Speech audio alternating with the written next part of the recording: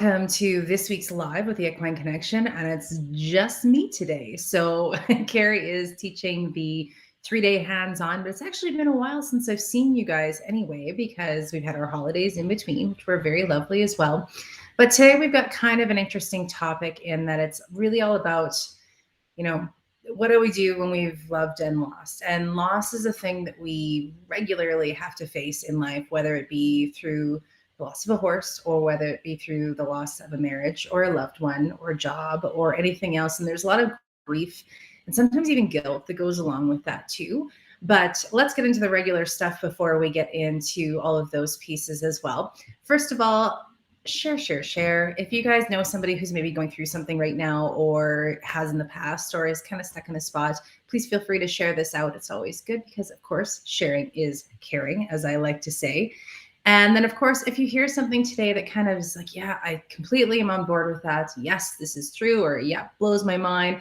Throw in that hashtag of holy jumping tuna fish or the little tuna fishies because they amuse me and I like them. And throw those into the comments too. And of course, as always, please put in the comments who you are, where you're from. We always like to know who it is that we're talking to. And I love lots of comments today, especially because I'm all by my lonesome. So it's nice to have people to talk back to. So please feel free to check in, let us know who you are and where you're from. And then one other thing we always like to remind everybody of is that hashtag we are life changers.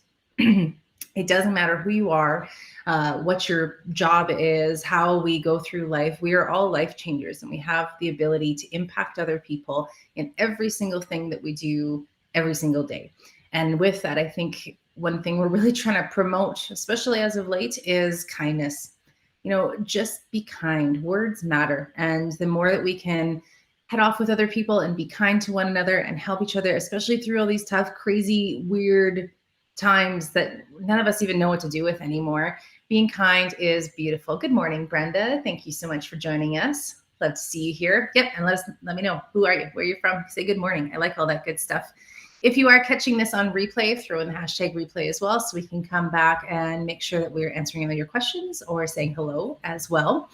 For any of you who don't know, my name is Carolyn Charles. I'm the Director of Sales and Marketing, as well as an instructor and a facilitator for the Equine Connection, the Academy of Equine Assisted Learning, Inc. It's quite the name. But what we do here is we help people to move forward with their lives through horses. And it's the horses that really are the teachers throughout all of this. They are the ones that help people to make those breakthroughs, to see something that maybe they hadn't before, and to take another step forward in a positive direction with their lives. And the bonus of what we get to do is we also get to train other people to do that across the world as well. We had our conference just this past Friday and Saturday with all of our facilitators, and it was so phenomenal. And one of our very last speakers was a lady named Bonita, who 6 years ago, she lost all three of her kids in one farming accident all at once. And her husband are still together. They still have another son that they have in their lives, and they are moving forward the best way they can. And when you think about that, and you think we're talking about grief and that kind of piece, say, what do you do when you've loved and lost? It's pretty phenomenal what people can do. But she had such amazing words for us on how to move forward. And one thing that really stuck with me of what she was saying as well is that she commended what we do in helping to people to move forward or define the pieces that they need to be able to do that as well. So it was, oh my gosh, she was just phenomenal. We were bawling from our from our toes throughout her chat, but just what an amazing woman. So what do we do when we've loved and lost? And this kind of, it's funny that Bonita was our speaker for the conference because it goes with it so well. But the reason that we decided to talk about this today is because we recently lost one of our horses, JR. And JR was just like the best teacher. And she was a mama horse. She was a broodmare for many years before she came to us. But she had that mama feel. And so when people came, she connected with them. And I don't know how many times I heard, from kids from maybe not the best background think, oh, my mom sucked. And, JR, she feels like the mom I never had. Or people writing in their journals that JR saved their lives. And she just was such a phenomenal teacher. And even now it still gets me a little bit. But the thing that made it so hard, I think, with losing JR, other than we loved her obviously to bits and pieces, was that we realized that it just wasn't our horse that we were losing. It was everybody's horse, whoever came in contact with her, because she had that much of a profound effect on so many people over the years that we've been doing this. We've been doing this for a long time now. And as I was going through pictures, we made a little video. You guys have probably seen it on the page. As I was going through all the pictures to put together the video, I was just blown away with the lives that she's impacted. And I have a picture. I'm going to show you guys the picture of Miss JR. So that was just the week before we had to put her down, and that's just us all snuggling together with her. And isn't she gorgeous? She's just the most stunning horse. She had this highlights in her hair, and people would always ask us if we highlighted her hair. And no, no, we did not. We barely have time to keep up with our own grays. We couldn't highlight the horse's hair too. That she was just such a stunning teacher. And then we thought, well, okay, so now what? You know, like one minute they're there and the next minute they're not. And this goes with so many different types of loss and grief that we go through in our lives. And it's not just when somebody or a horse or a family member or pet passes away. It's so many different aspects of how we can experience loss. And what do we do after we do lose those pieces? And how do we move forward from it? And, you know, sometimes people come into our lives and it's just for a moment. But that moment has such a profound effect on us that even the loss of losing that person, that you find out 5 years down the line that maybe they passed away or something like that, you still feel that lost piece. And that's, again, because we all are life changers. We all have that ability to connect with somebody and to add more to their life. But what do you do when you go through this loss? So I think, and this is something I learned from Benita too, is the one thing to realize is everybody's grief, everybody's loss is unique. And she had said to us in the conference that it's never, yeah, she had a huge loss, but it doesn't make anybody else's loss any less. And I thought that was just phenomenal, because I can't fathom what she's had to go through. But it's very, very true. Everybody has their loss, their grief, their system that they have to go through. And it's unique for every single one of us. We can have the opportunity where we connect with somebody. Like I know Carrie said after she lost her mom, other people talking to her about it and saying they were so sorry, it didn't really mean as much. But then she talked to somebody else who lost their mom, and there was that connection there. But it's still a different story. There's still the different ways that we have to go through it and realize that each of those experiences are unique. And it's okay for them to be that way. That's how we can help be there for each other too, is just by sitting back a little bit and realizing, yeah, okay, maybe I did go through something horrible, but this something that maybe doesn't seem as bad might be just as horrible for somebody else, and might be just as traumatic. And it can be really a traumatic piece with it as well. So it's always just good to remember that you are allowed to feel that grief. You are allowed to feel that loss that comes along with whatever you're going through at that time. And another thing that she said too was to find the people that would take the opportunity to listen. I'm not sure if you guys have ever done it. It's, you sit down and something's going on in your life and you're telling somebody about it and they're like, oh yeah, I totally know how you feel. It's just like this one time that and you're in that moment where you're trying to unload a little bit, and we need to decompress. We need to release. Those are very good things for us, especially when we're going through tough times. But then it almost becomes like a competition. And that, you know, I feel like we shouldn't have competitions about loss and that kind of thing. We all have our pieces that are very, very hard to get through. And it's not about being a competition. Relation, yes. But it's not, you know, take the time to sit back when somebody's gone through something and actually genuinely hear them. I don't know how often we go through that, even in our certification course, about how rarely people are genuinely heard.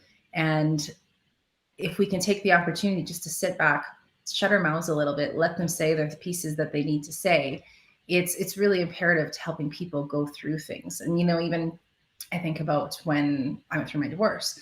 At first, you know, lots of people have been divorced. Lots of people have, right? So at first you look for those other people because you want to have that little connection piece too. But at the same token, you need to be able to tell your story, and everybody's story matters. And when I was with the people that I trusted the most, I had the opportunity to sit back and actually tell my story, tell why it hurt and where it hurt and all of those other pieces that come with it.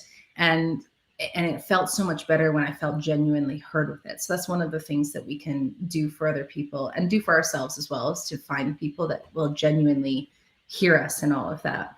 When Benita was talking, she also talked about how much words matter. And one of the questions that somebody asked at the end was, I just had a friend who went something really horrible, similar, but not like this at the same time. What can I say? Because, when somebody tells you something has happened to them, what do you say? Like, it seems like everything that you come up with is going to be trivial and kind of ridiculous to comment, what do you say when somebody goes through that? When somebody loses three of their children, what do you say? And the biggest thing that she said was just that you're there for them. And I thought that was pretty profound too, that it's sometimes the smallest thing you can do for somebody that is making them a meal or helping them to get through it in a different way. It's the smallest thing that has the most impact. And I thought that was pretty profound, just to listen, just to understand that your words matter. And by saying I'm here for you and meaning it, that's a pretty impactful statement altogether. For those of you who are watching as well, please do throw in the comments any other pieces that you have of things maybe that you've gone through or things that people have said to you that have had a profound impact. Because sometimes we don't even realize it's the things that we say that has a really profound impact on us, that helps us to move forward in a better way as well. With our Authentic You workshops, JR was, oh my gosh, she was just phenomenal in them. In fact, her last program that she ran through was with a friend of mine, and they were going through the Authentic You women's workshops.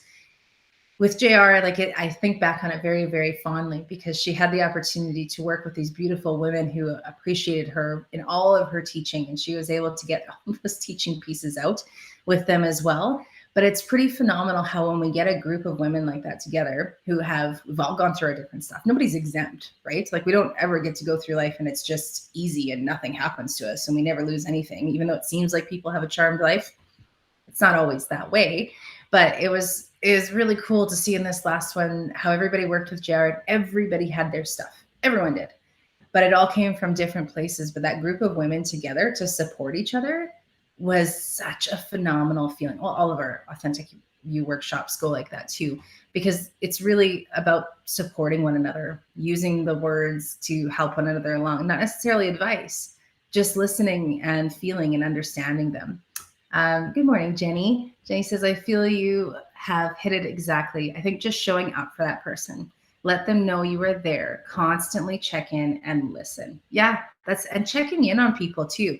You don't want to bug somebody who's going through something, but at the same token, you want to make sure that they know you're there, even if it's that they're going to be foul every day for a month that you talk to them. Okay, you still have to kind of let them know that you're there for them as well. Even when Carrie went through her story of loss, and I'm sure you guys have heard it, if not, go back and check. I think it was probably a month or two ago that she actually did the story on a live as well, where she lost 6 horses and her mom and a good friend of ours as well, all within a period of, I think it was with Epi, it was 8 months. And, what could I have said to relate to that when she went through all of that death and loss in that time? Nothing really. But what I did do, and she said it annoyed the hell out of her, but she knew I cared. But I did do is I checked in on her, right? I was living up in Leduc at the time. And the best thing you can kind of do is let people know you're there for when they need to talk. And if they don't need to talk, that's cool too. But just let them know that you are there for them. I love that, Jenny. Thank you for adding that too. The other thing with grief and with loss as well is not putting it off. I think we try to be strong a lot, and being strong is kind of an energy sucker. It's not to say you don't have to be in the moment, right? Like I know as parents or whatever else, if you're going through something, you've got kids there, you try to be strong. Try to not completely lose it in front of your kids, right? To show them that everything's going to be okay in some way. But at the same token, feeling it is important. It's important to feel the grief so you can move through the grief. If we try to ignore it, that's where it can become a real festering issue, because we never ever deal with those pieces. We never get to move forward through them if we never acknowledge them. So grief, yeah, it feels yucky. And we start doing the woulda, coulda, shouldas sometimes, especially not necessarily maybe if somebody passes away, but well, no, even that too. But like if you have the loss of a marriage or the loss of a relationship, a friendship, you go through that woulda, coulda, shoulda phase. Well, maybe if I said this different, or if I had done this in a different way, or if I had called them more often, or if I had, I would have done this, I should have done that, I could have done this. The fact of the matter is, we can't go back. We can't change things, but we can feel those pieces that feel like they're kind of missing or they're hanging on us to help us to move through them. It's when we shove it all down, that's when things kind of fester. And then we get to a different place that makes it really hard to deal with later because we've got all this mumbo jumbo of yucky caca poo poo feelings going on in our gut. And it's not good for us, right? There's this, actually, I think I probably talked about this before, but I'll talk about it again because I can. Oh, good morning, Claudette. I see you on there too. There's a study done that was done by Dr. I'm going to hope I don't mess this up, Masaru Emoto, I believe. And he had this, it was about words and how words have power, and they truly do. And Bonita said that as well many, many times. What he did is he took a study of all these glasses of water and he played different types of music to it. And he played one like Mozart Symphony. Another one was, oh, geez, yeah, this is where you should review these things before you start talking about them. Anyway, there was various feelings of music. And, you know, the last one was, I think he titled it, I Will Kill You music. And I'm not 100% sure what that music is, but maybe I don't listen to it. But what happened is the actual water molecules changed just from the intention, just from the feel that came from the music. And the ones that were Mozart Symphony or beautiful feelings of hope and love and dreams and that kind of thing, they created almost this snowflake looking molecule, which they were gorgeous, right? The I Kill You music actually broke down and pulled the molecule apart. And it was almost like a brownish color too. So totally like degraded that molecule. So when you think about if you're going through something and you sit back and you just keep jamming it down, it's still there. It's still a thought. It's still a feeling that's inside you. Yet it's going to start eating at you. And, you know, that's a phrase people use. It's eating away at me from the inside out. It literally will, because it can make you sick. It can make you have other thoughts that don't necessarily need to be there. It can put you into a place of depression. And you really need to kind of try your best to deal with that grief as best as you can in the moment and not to shove it down, because it's still going to be there. It's just a matter of where it's going and when it's going to pop out at you as well.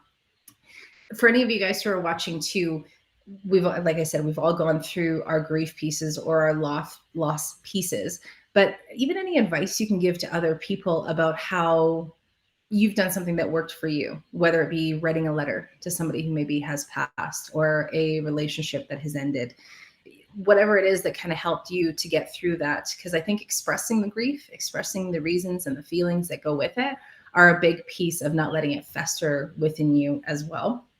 All right, I just need a quick sip. I usually have Carrie to bounce off of, and then my mouth doesn't get so dry. But apparently, when I'm just yapping by myself, there's no break, and you guys have to hear it the whole way through. Running format of words going at you all the time. Going back to Bonita too, with that words matter piece, it was really profound to hear how just the smallest and kindest thing that people could do. Because I mean, she recognized too that the media could have completely wrecked them. Like they could have come in and instead of being supportive, gone through about how farming could be dangerous or this or that, or their lifestyle wasn't what it should be and all these kinds of things. And yet somebody wrote a blog for her that went out and said, you know, supporting the family essentially and what they do in their way of life. And it was kind of because of that, she attributed the rest of the words that came in were words of hope and encouragement and support. And that makes a massive, massive difference. And you even think of, you know, some of these poor people, and I do say poor people because it would be so difficult, who are like movie stars or super popular in the media or anything else. Even you watch TikTok or Instagram and you see there's a lot of comments that they're not nice comments. They're not, but words matter, especially when you see somebody going through something, whether they're famous or not. They still put their pants on one leg at a time, and they're still human. And humans need support. They don't need to be run down and pushed over or made to feel like what they're going through is just for somebody else's entertainment. It kind of goes with the same as if you know somebody in your life, support them through it in whatever way that they need you to support them. So if it's just showing up, just doing a phone call, you know, for me, a big thing was when people showed up to help me move. You know, yes, physical labor, nobody likes to help anybody move, right? Like it's not a fun thing to do for a day. But the people who showed up to help me move, I was genuinely touched just by them showing up to lend a hand. And that was something that meant a lot to me. And I will forever remember those people who showed up. And I've talked about this many, many times in our certification course too. It's just the actions that we can do and the kind words that we can do to help other people out as well. And I did talk about the, don't put it off and actually feeling it. Rachel needed this today. Thanks. Oh, hi, Rachel. I miss you, Rachel. I love it when our facilitators pop on here too. Such good people. It's, I forget what I was saying now. About feeling it. Feeling it isn't going to be fun at first. Like, it's not like I'm saying that's just, feel it, have a shower, cry, and move along with your life. That's not what I'm saying anyway. Feeling it means going through the shit, for lack of a better term and better way of saying it, right? A lot of people numb out, and that's okay too, because that's kind of how their defense mechanism works for themselves at the time, but you can't numb out forever. You have to be able to move through it. And for myself, I stopped crying for a long time, which sounds kind of weird, but I had decided many years ago that if I cried, then people or things or whatever was happening in my life would know how to hurt me if I showed that emotion. And with JR being put down, that was probably one of the first times in a long time, well, not first times, but moving towards that, where I had felt the grief in the moment. And I knew what that moment meant and kind of could accept that it was the right thing to do and could move through that piece with it too. And I bawled like from my toes, like full on proper ugly cry, bawled. And I have to do a shout out to Just Passing. They were the truck company that came to pick up JR afterwards, and the vets too. The vets were phenomenal, especially because I hadn't seen a horse be put down before. So I didn't really know what to expect. So my logistic brain needed that piece. So they ran through so beautifully with us exactly kind of how it was going to roll, what might happen, what to expect after, so that we could kind of prepare ourselves for that piece, which was so stunning. Like, they were absolutely amazing. And then the trucking company that came, they came early. So the vets hadn't even gotten there yet. And they said, it's no problem. We'll come back. We'll give it some time. We can go do this other one and we'll come right back. Super kind. But they actually gave us this poem and a white flower. And in that moment, it was like the most touching thing that we had ever experienced. That somebody who does this for a living, they pick up horses' bodies every day, still had the empathy and the understanding to know that we were having a hard time right there in that moment. And to give us that little gift meant so much to us. And as we read it, yes, we bawled from our little toes. And we hugged JR, and we had this moment with her where we read that out. And it was just beautiful how they did that, and even how they came back and they said, don't worry about a thing. We'll come back, and don't even worry about the gates. We'll come back. We'll make sure we close the gates after ourselves. And you don't have to come out to be a part of that piece. You've said your goodbyes, so we'll take care of everything.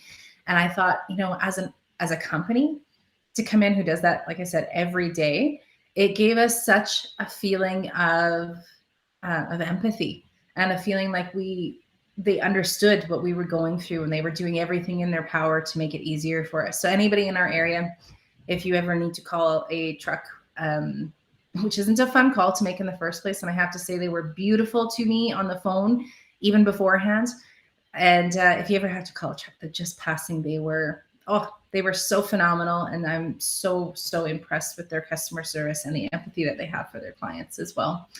Claudette, shared friend, not crying and holding back hurts you in the long run. It really does. And it's a trained thing that we do for ourselves. You think about little boys, even, men don't cry and that kind of thing. Well, I don't know if that's changed a little bit now, maybe, but I know when I was a kid, that wasn't a thing that boys cried after a certain age. Rub some dirt in it, hop up, move along. You think about those poor guys, they lost kind of the ability or the know-how of how to release that way. And tears are a beautiful release for some of the things that we're going through. And it really can come back and hurt you in the long run. And you're right, Claudette, it is a protective wall. It's a learned behavior that we do to protect ourselves. Absolutely. But the problem is that you build up the wall and then everything sits inside, and then you're this well of crap that you never let out. And then at some point, that stuff bubbles up. And once it bubbles up, that's a crappy place to be, because then you have a whole bunch of stuff that you have to deal with. And I can tell you this, it doesn't come out one thing at a time. So you actually acknowledge, oh, that was that pain that I felt at that time that I bottled up into the bottom of the well within me. No, it comes out in like a waterfall gush, dam breaking of of emotions that you have no idea what to do with, and things that you have no way to deal with at that moment, or no tools to do because you've ignored it the entire time, even as you were going through it.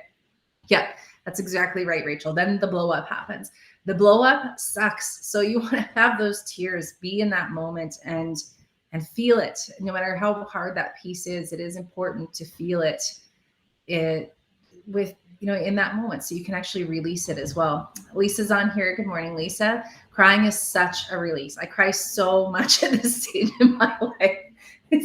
That's good though. Like, I love it. We actually have a facilitator. We've talked about her before too, and we love her, Miranda. She's such a beautiful human being. She cried at everything, cries at everything, good stuff, bad stuff. She just cries and cries and cries. And it was so beautiful to see though, because she released it. She just let things go in that moment. And, sometimes we cry for other people and we try to suck it back in that moment, because you don't want to cry if they're not crying because they're feeling it, and why would you cry because it's not even affecting you, kind of thing. But when you cry for someone else, that can be a release for them as well. And that's something we kind of have to realize, that when somebody cries for you, or when somebody feels that emotion for you and is able to release it, take that piece. Because sometimes when we can't do it ourselves, when we're not there yet, when other people help you to release it through them, it's a pretty phenomenal thing that human beings do. So that's kind of our little chat today. I hope that this helped somebody out there who's maybe going through a hard time or has recently lost someone, just like we did, because we have phenomenal human beings, phenomenal pets, phenomenal interactions, moments that happen to us in our lives. And the one thing is that we do lose things. We do have to go through grief. It's part of life as well. And when we live our life to the fullest, when we make these connections, these relationships, all of the pieces that go with it, we have the opportunity, and the risk is there that we're going to have to deal with the loss of it as well. But when you realize that the loss is because you've gained something so profound, like through JR, we gained so much through her. And when we can take it back and think, okay, yes, it's because of the gain is why the loss hurts so much. And the gain doesn't leave. The stuff that JR taught us, the things that we learned from other people, the words that were spoken, the moments we had, all of that is still there. It's just the loss of that physical piece that is the really hard part to get through. But if you have somebody in your life, or if it is you, reach out to other people. Don't ever go through it alone. Know that other people's words and their feelings and their support are there for you. And know that you have all those pieces to give to someone else too, because every single one of us is a life changer in this world. Libby, I love what she said to here too. Grief is the price we pay for love. And it's true, because at one point, if we lose that love, maybe not lose the love, I shouldn't even say it that way, right? Because we don't lose the love that we had for JR. It's still there 100%. We just lose the ability to go up and hug her and snuggle her and squish her little face and braid her hair and brush her tail and all those lovely things. But it's a price we pay for all of the beautiful things that we have within our lives. And if we can appreciate the beauty of living our lives every single day, then maybe it makes the grief a little bit better to know that we gained so much from the people and the animals in our lives as well. So I'm glad that this did help some of you guys today. I see Rachel came through. Yes, thank you. Perfect timing. Claudia, these are the things that give us the tools to help others. So true. This is what allows us to connect on a deeper level with other people too. So that's kind of it for all. It's a quickie today, you guys, but I'm so glad so many of you joined me and that we could have this little chat together, because it was quite nice and lovely to see you guys on here as well. Have a wonderful week. I think we'll be back on next week and we'll figure out, I don't even know what our topic's going to be yet. I'll be honest with you. So if there's other things that you guys may want to talk about or want to hear about or share, please let us know or throw it in the comments, some ideas, because we're more than happy to always take those on as well. So Have a wonderful, wonderful day. I'm going to throw up JR again just because I can and just because she's so gorgeous and such a beautiful soul who helps so many people out there, and just needs a little more, maybe a little more appreciation so everybody can see your beautiful face. Have a great week, everybody. We will see you next time. And remember, you are a life changer. You have the ability to impact somebody's lives in a positive way every single day that you live and breathe. Have a great one, guys.